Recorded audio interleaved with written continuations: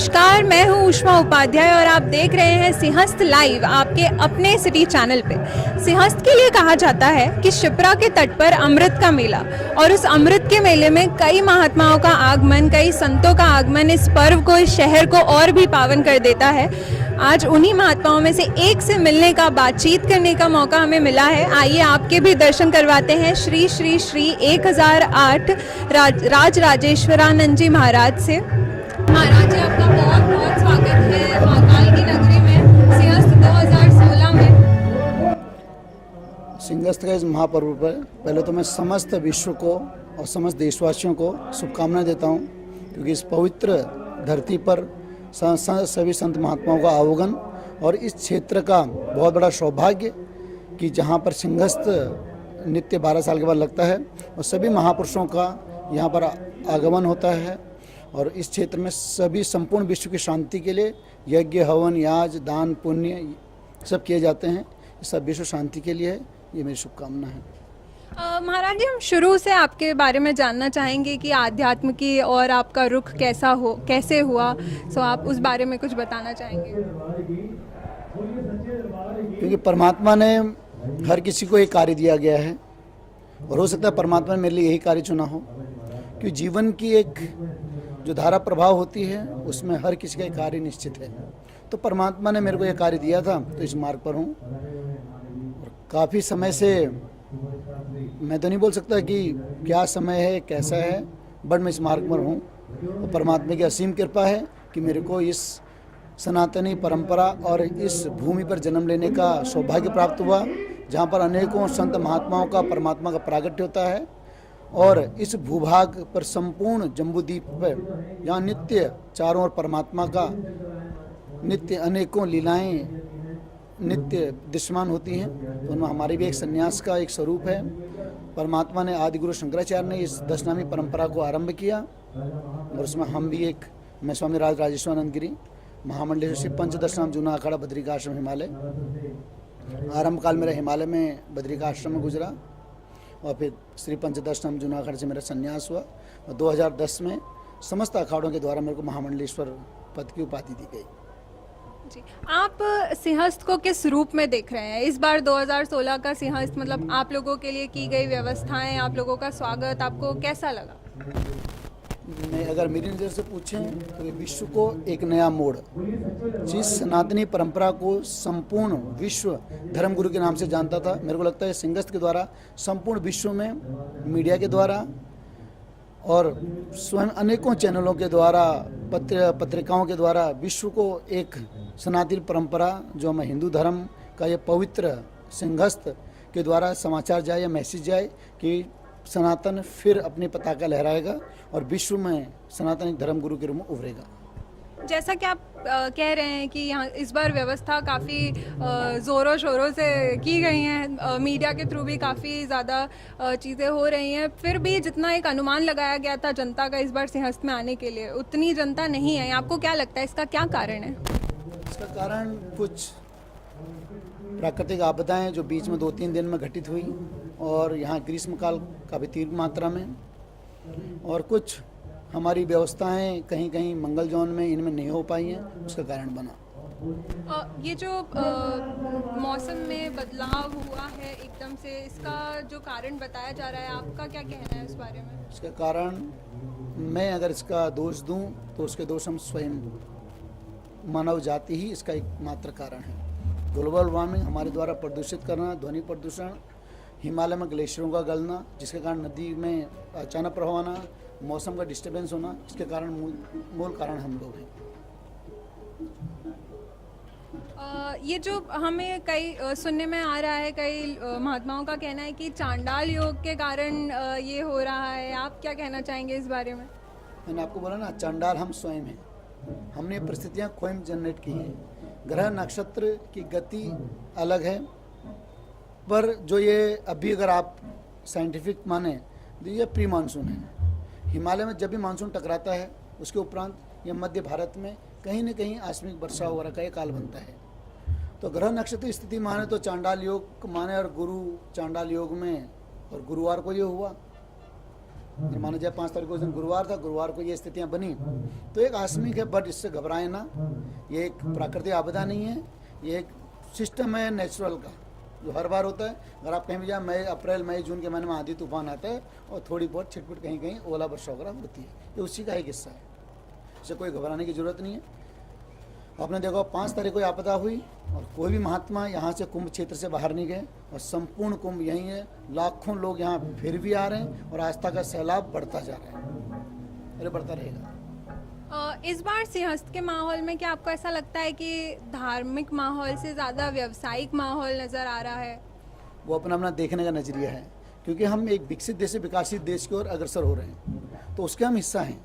तो विश्व हमको एक आशा की नज़र से देख रहा है। तो अगर जब हमारा यहाँ आधुनिकीकरण हुआ है, मीडिया के द्वारा, इनके द्वारा हम लोग हाईटेक हुए हैं, पूरा विश्व हमारी इस छवि को देख रहा है, तो उसको हम व्यवसायीकरण ना लेके उसके अंदर पॉजिटिव सोचें कि हर चीज़ के दो पहलू होते हैं, नेगेटिव और पॉजिटिव।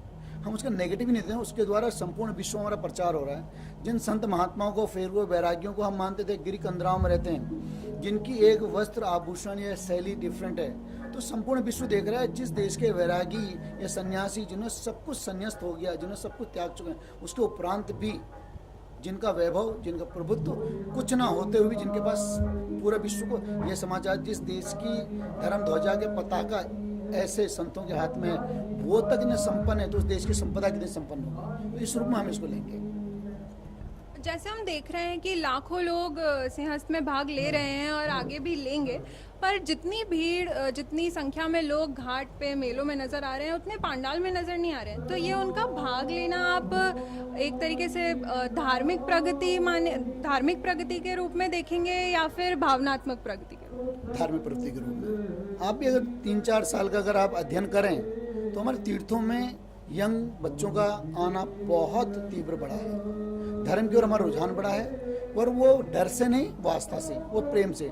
हमारे इस हिंदू संस्कृति में बहुत सारे अच्छे महात्माओं का आवागमन, जो पढ़े लिखे हैं, जिन्होंने संस्कृति को रियल जो धर्म है, धर्म की व्याख्या बताई, जिसके द्वारा उनका प्रॉपर, अगर हम बोलें सूर्य को जल क्यों चढ़ाएं, अगर हम माने सूर्य को जल चढ़ाने साइंटिफिक रीजन है। ये हमारे जो हिंदू में जो हमारे प्रावधान है, माता लोग, स्त्री लोग जो श्रृंगार करते हैं, उस हर श्रृंगार का एक साइंटिफिक अर्थ है।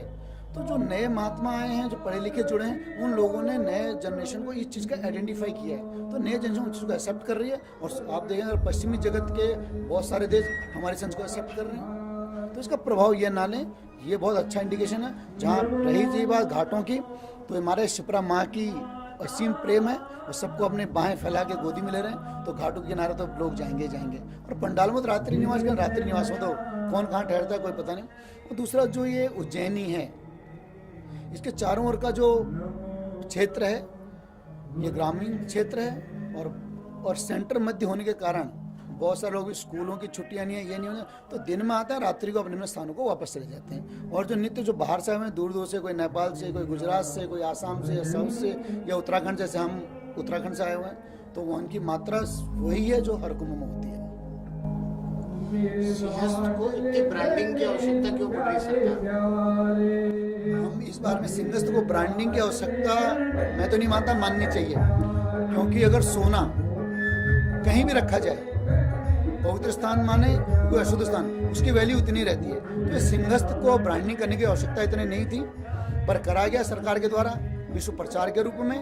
तो मेरे को मानते हैं इसमें हमारे केंद्र सरकार का, इनका जो सनातन के प्रति उनका रुझान है, उनका प्रेम है, और पूरे विश्व को वो जताना चाहते हैं कि हिंदुत्व एक परंपरा नहीं, एक धर्म नहीं, एक परंपरा है, जो जिसमें हजारों कुंभ का मतलब जहाँ सबको गले लगाकर प्रेम करें, वो किसी एक विशेष धर्म का नहीं है, वो जीवन शैली का अर्थ है, जिसको हम विश्व को समाज माध्यम से जताना चाहते हैं।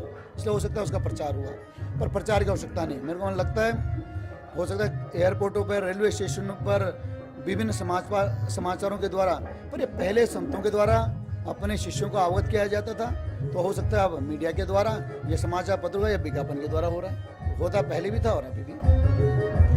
युवाओं को कैसे जोड़ना चाहिए? सिंहस्थ से युवाओं को जोड़ने के लिए या अध्यात्म से युवाओं को जोड़ने के लिए क्या ना? सिंहस्थ से युवाओं को जोड़ने का, सिंहस्थ नहीं मैं बोलता हूँ, हमारे संपूर्ण भारत के लोगों को, युवाओं को धर्म से जोड़ना। धर्म का अर्थ आप किसी संप्रदाय से ना लें, तो धर्म का अर्थ विशेष एक संप्रदाय से, और हम सनातन है। सनातन का अर्थ धर्म नहीं है। सनातन तो वो है जिसमें सारे धर्म को उनके अनुसार जीने की स्वतंत्रता दी जाती है, उसको सनातन बोलते हैं। और धर्म वो है जो एक जैसा नियम, एक जैसा खान पान, एक जैसा आभूषण, एक जैसी जीवन शैली जीते, उसको धर्म बोलते हैं। तो उसको धर्म और सनातन को हम अलग लेंगे। तो संपूर्ण विश्व को हम ये मैसेज दें, स्थिति जल पावन गगन समीरा, जो 5 तत्व हैं, इनसे संपूर्ण जीव जंतु पशु पक्षी सब अपना जीवन लेते हैं। तो हम सनातन के द्वारा संपूर्ण विश्व को मैसेज देना चाहते हैं कि हम प्रकृति के उपासक हैं, हम जल के उपासक हैं, हम अंबर के उपासक हैं, हम धरती के उपासक हैं, हम हवा के पवन के उपासक हैं। तो ये सभी जीव मात्र जिससे प्राणवायु लेते हैं, आप भी उसका हिस्सा बने, उसको धर्म से ना जोड़ें। और इसके अंदर जो हम आज आप बोला प्राकृतिक आपदाएं, इसका कारण क्या? प्रकृति के प्रति हमारा सम्मान नहीं, जल के प्रति हमारी श्रद्धा नहीं, हम उनको दूषित कर रहे हैं। तो कुंभ सिंहस्थ के द्वारा ये मैसेज पूरे संसार में जाए कि हमको इन 5 तत्वों को पवित्र करना है। ये अगर स्वस्थ हैं, निर्मल हैं, तो हम अपने आप स्वस्थ हो जाएंगे। ये संदेश सिंहस्थ का।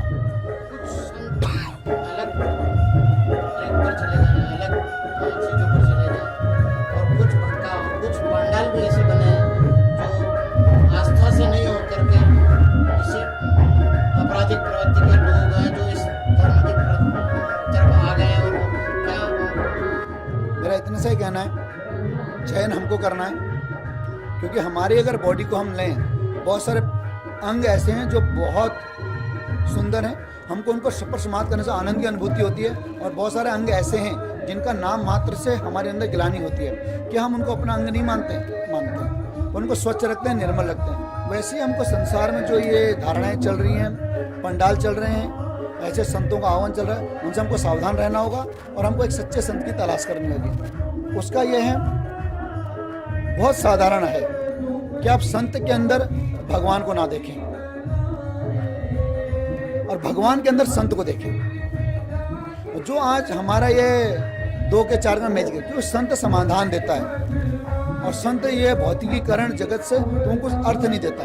जो लोग अर्थ के पीछे जा रहे हैं, उनके द्वारा चमत्कार पे जा रहे हैं, वो भटक रहे हैं। और जो ज्ञान के लिए जा रहे हैं, वो लोग कभी नहीं भटकेंगे। और हमको ज्ञानी संतों को ज्ञान के लिए जाना है, ना कि भौतिकवादी जगत के मिलने वाले सुखों के लिए।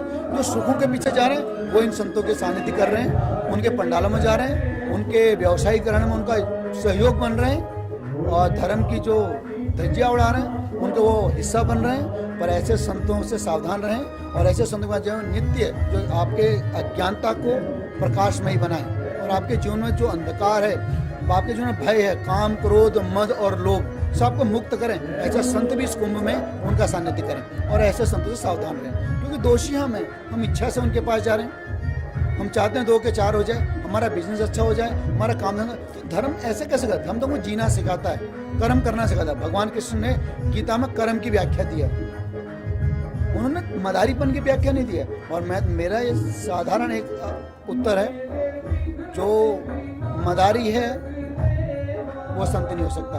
तो मदारी दिखा दो 2 के 4, संत तो समाधान देता है, वो आपकी इच्छाओं पर विराम लगाते हैं। तो हमको ऐसे संतों का सानिध्य करें, ऐसे संतों से सावधान रहें जो आपका मन विचार बुद्धि का हरण कर रहे हैं, आपको व्यवसायीकरण की ओर खुद भी ले जा रहे हैं और खुद भी जा रहे हैं। व्यक्ति पूजा ज़्यादा होने लगी। वही तो हम बोल रहे ना, व्यक्ति पूजा का अर्थ क्या है? आदि गुरु शंकराचार्य, हमारे संन्यास परंपरा में पूजनी क्या है, बंदिनी क्या है? गुरु। और हम पूजन किसका कर रहे हैं? हमें 5 तत्वों का। सन्यासी जो संन्यास्त हो गया, जिसका स्वयं का न्यास हो गया, तो पूजनीय और वंदनीय तो है, पर व्यक्ति के रूप में। तो हम इनसे सावधान रहें। परमात्मा व्यक्ति पूजन पर विशेष ध्यान ना दें। जरा उनकी क्या है, कोई दोषी हम ही ना जाए तो कैसे होगा ये चीज? व्यक्ति पूजन कभी कोई सच्चा संत स्वयं की पूजा नहीं कराएगा। वो तो बोलेगा जो कुछ है सब में परमात्मा का अंश है और सब में परमात्मा की अनुभूति करते हुए सबका सम्मान कर, यही सच्ची साधना है। संदेश तो मेरे संपूर्ण विश्व के लिए है। हमें प्रकृति के 5 तत्वों का सम्मान करें, इनका संरक्षण करें, इनके प्रति चैतन्य रहें और सभी लोगों को परमात्मा सद्बुद्धि दे, और जिस दिन हमारे अंदर सद्बुद्धि आ गई उस दिन मेरे को लगता है कि संपूर्ण विश्व में शांति होगी। और हम बोलते हैं ना वसुधैव कुटुंब, संपूर्ण विश्व, और संपूर्ण विश्व को अगर पश्चिमी जगत की माने वही व्यवसाय के रूप में देखता है, और हम बोलते हैं संपूर्ण विश्व मेरा परिवार है। तो परिवार के रूप में मैं चाहता हूँ कि सनातन की इस ध्वजा और सनातन का इस परंपरा को लोग स्वीकारें और हम संपूर्ण विश्व को अपना परिवार माने। इस कुंभ से एक संदेश जाए कि संपूर्ण विश्व हमारा परिवार है, और जैसे हम अपने परिवार के लिए नित्य चिंतित रहते हैं अपने घर शांति के लिए, वैसे हम संपूर्ण विश्व में शांति का संदेश दें। यही कुंभ से मेरी शुभकामनाएं। संपूर्ण विश्व में शांति हो, जो ये अशांति का माहौल है धर्म के नाम पर, अर्थ के नाम पर, ये समाप्त हो, क्योंकि सभी जीव जंतु जगत के अंदर परमात्मा का अंश है, हम उस अंश को महसूस करें। यही कुंभ से मेरा संदेश है। इस सबको कुंभ की बहुत बहुत शुभकामनाएं, और आपके जीवन में नित्य आनंद रहे और आपको सद्बुद्धि आए।